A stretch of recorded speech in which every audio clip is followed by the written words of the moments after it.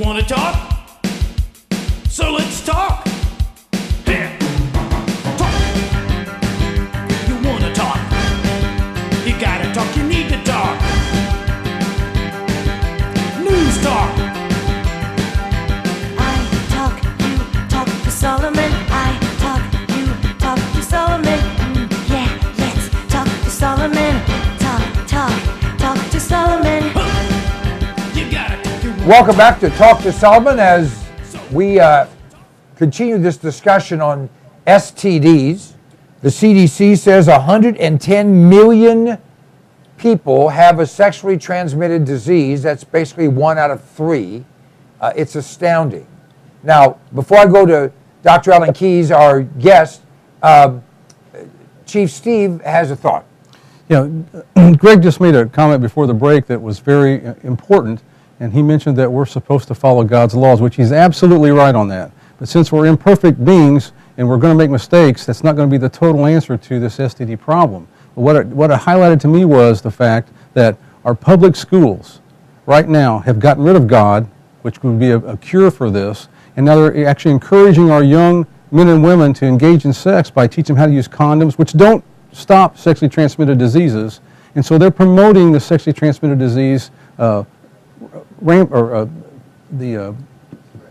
spread, thank you very much, in this country. So while Greg is right, and if we follow God's laws, this would not happen. Since we're imperfect, it's going to happen. So it should be our mission in society to limit this rather than make it bigger. And so our own public schools right now are doing just the opposite. They're promoting sexual activity with our young men and women, which is causing the spread of these STDs because God is not there and because we're not doing the right thing. But it's our public schools that are at fault here with this primarily. Along with our media of various and sundry ilks that are all doing the same thing. Dr. Keyes. Well, it's a bit of a coincidence, but I think listening to all the comments, I was reminded again of something that we have mentioned on the program before, but I just happened to be focusing on it a little earlier today for something I was thinking through and writing about, and that's that famous quote from John Adams, occasionally quoted in Toto, because it raises a question here. He said, "Because we have no government armed with power, capable of contending with human passions unbridled by morality and religion, avarice, ambition, revenge, and licentiousness would break the strongest cords of our Constitution, as a whale goes through a net. Our Constitution was made only for a moral and religious people. It is wholly inadequate to the government of any other." And very often, Stan, when that is quoted, people think of it as good advice to follow if you want to strengthen and maintain a constitutional system. But then we have to ask ourselves what I think the Chief was indirectly raising in what he said. Because I think that if you look over the sort of history of America's elites, and here I'm talking about the people who control corporations, media, politics, courts of law, all of these areas where they have been lifted up into positions of power, mostly, by the way, by an election by the rest of the people, even if it's just a money election in the marketplace. But anyway, let's leave that aside. And what have these people been doing, Stan? It's as if they read that line from John Adams, but they read it with the thought in mind, gosh, that's good advice.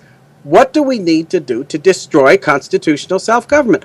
What will make it impossible to sustain the constitutional system? And the answer, Stan, was to demoralize the people.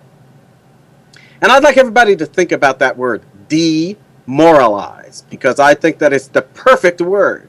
But we need to focus on its parts. D means to take away. Moralize means to make moral.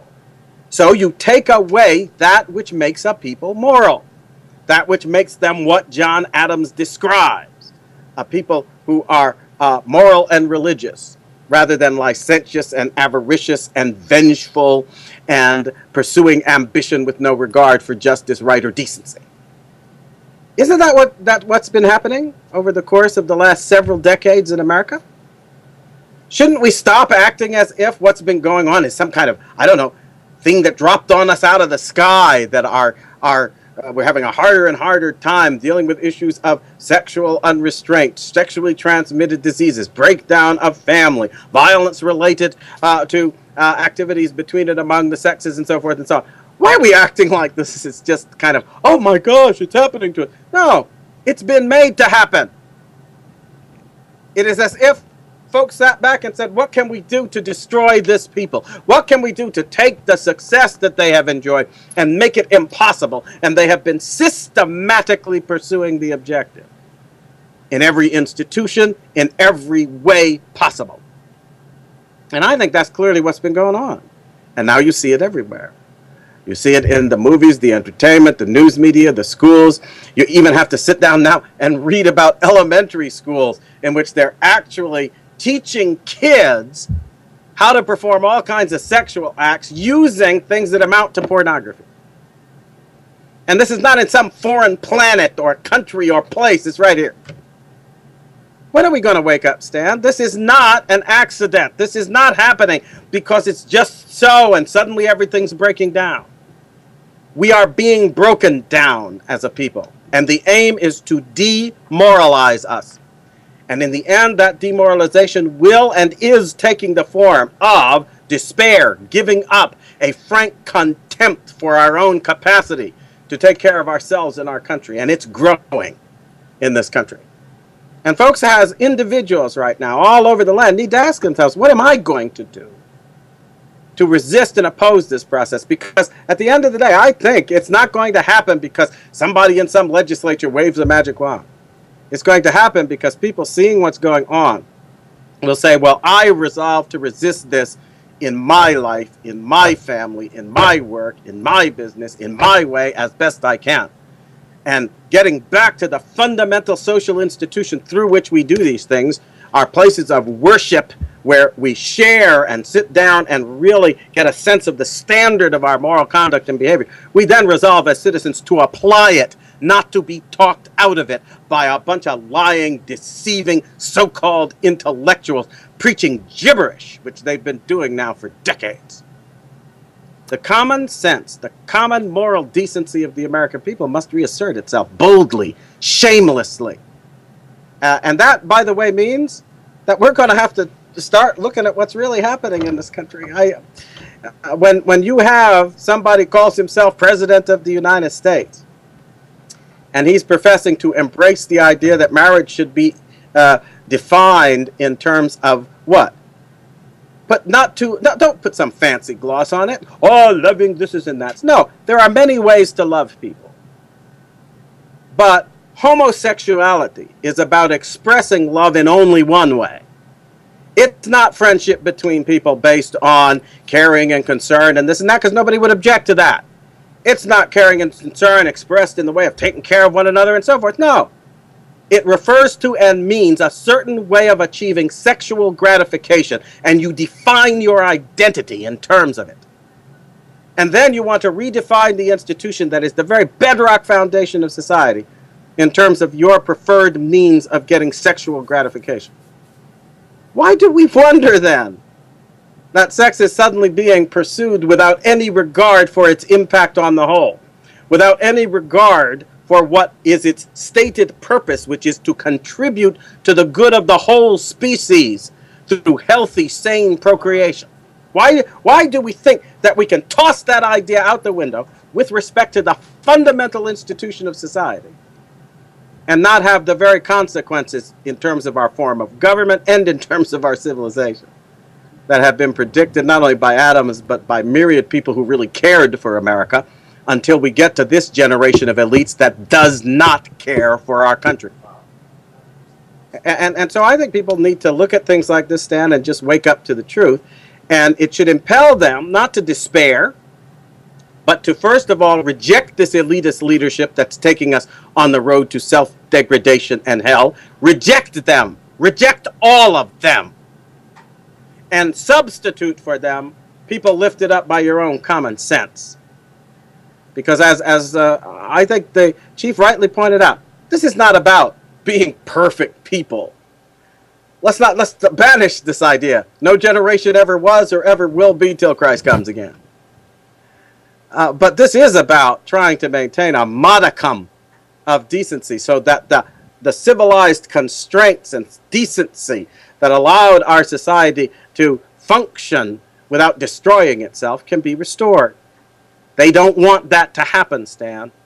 We need to start remembering that we're at war to preserve this society. And it doesn't take the form of bullets and battlefields. It takes the form of a war going on in our conscience, in our minds, in our hearts, in our will, as to whether we're going to understand that we must remoralize America or we shall destroy it. Well, your point is exactly where Greg started and the chief aimed, and you've hit it, that we have a reality, and that is, well, I say it this way. We have two types of people on this planet. We have those who believe in God and therefore subjugate their thoughts, desires, actions to God's rules, will, and those who think they are God, which means they get to decide, and they also get to redecide, and then they get to redecide however often they want to. And we are now dominated by the latter. And you have people like Obama, and he's not the only one or even the most important one, but I mention him because we've talked about him, that say, I can think, I can conjure, I can contemplate, and then I can change. And say that what was is no longer, and now this is. And that's really what's happened to our country and to our world. And for those who think there will be no price, this is just one indicator. Yes, there is a price. And that price is a substantial one. Now, we don't have a lot of time left, but I'm going to introduce a big topic and we'll just all take a swipe at it. The studies on Islam, and this latest one that came out by Anita Crane, show what is absolutely the case, and that is Islam is a religion/political system that says all other religions/political systems must be eliminated, and this one must supplant them for every human being on earth. Now, some would say, wait a minute, Stan, Christianity is similar. The Hindu faith is similar. Not so. Christianity particularly talks about winning people's hearts, not cutting off their heads. Islam is a system that does not rely on the power of their thought, but rather the power of their power. I'll start with you, Chief. Well, it's an anti-American philosophy, and I believe that it's a political party / political party. Political party / political ideology, and nothing religious about it at all. And so, but anything, I don't care what it is, that's going to practice, preach, and carry out harmful acts against other people should not be allowed to take place, especially in this country. And so if they're going to be allowed to lie and cheat and murder those that are not of their own thinking, that should not be allowed. That is a basis for a war, a basis for retaliation, a basis for defense, a basis for physical confrontation and survival. And in my mind, it is not a religion at all. It's a mechanism of violence, hate, and political way of life that means to dominate the entire earth. And in my opinion, we're at war with that philosophy right now. Greg? It is a political system. It masquerades as a religion. It does have some things in common with religion, but no religion that I could ever respect would advocate and excuse the wanton and willful murder of innocents, nor would it seek to treat any group of individuals as lesser human beings than any other. So therefore, I cannot respect Islam as a religion the way I would, for example, Judaism, even though I don't subscribe to Judaism. That being said, there seems to be a growing willingness on the part of the press and this government to give Islam a pass on just about anything it does here on these shores. We have Islamic preachers now telling people that it is their duty now to collect as much welfare as possible in order to support the cause. We have a person in New Jersey who beheaded two people. It is not getting any play at all in the mainstream media. You only can hear about it on Twitter or in the blogosphere. This was a Muslim man who beheaded two Coptic Christians in New Jersey. He has been arrested, but there's no media play on it because we can't speak ill of the Muslims. They now are seeking to have Sharia blasphemy laws enforced here in the United States. This is a dangerous turn of events because everything about Islam and Sharia is absolutely contrary to the Constitution itself. And I'll leave the balance of the time to Alan because I know that there's nothing I can say that he will not say 100% better. Alan. Stan, one of the things that strikes me as I watch what's been going on with respect to Islam, and I hope I can say this in an accurate way, or a way that accurately affects my thoughts. I look at most Americans and the ones I encounter just throughout the country at the grassroots, and they behave as if we are still an independent country. We have our troubles, but I think there's still a sense that we are an independent, free people, and we determine our own destiny.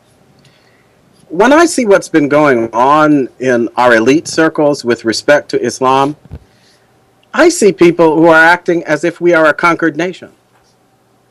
And they are basically quietly transforming things to accommodate the demands of our conquerors.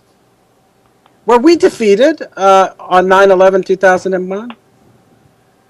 For all the play thereafter with wars here and there and people dying and serving this country, why are these guys acting like we are a defeated people who must fear the wrath of these folks who now are acting as if they get to dictate terms, including the terms on which we shall worship, express our faith, and so forth and so on? Why is this happening? I feel deeply as if the American people are kind of being betrayed into the hands of their enemies. I partly feel that because I think it's literally going on in the Obama administration. But I also see a reflection of it, not so literally, but still going on, in the quiet accommodation of talk and language and rhetoric that has been taking place, and the accommodation of things that are thoroughly and completely at odds with America's understanding of justice and rights that have been going on at the state level and the local level and other levels, while these elitists accommodate themselves to the demands of Islam, while establishing through the courts a system and regime that will reduce Christian people to dhimmi status, D-H-I-M-M-I. That's a status under Islamic law for people who are not believers, in which they essentially are second and third class citizens. And I see this happening to Christian folk in America right now, today, and they're sitting back and acting like, oh, well, that's going on somewhere else. No, it's not. It's happening here. And it's happening here, apparently, because we now have elites that are prepared to act as if, in the wake of 9/11, we must act like a conquered people.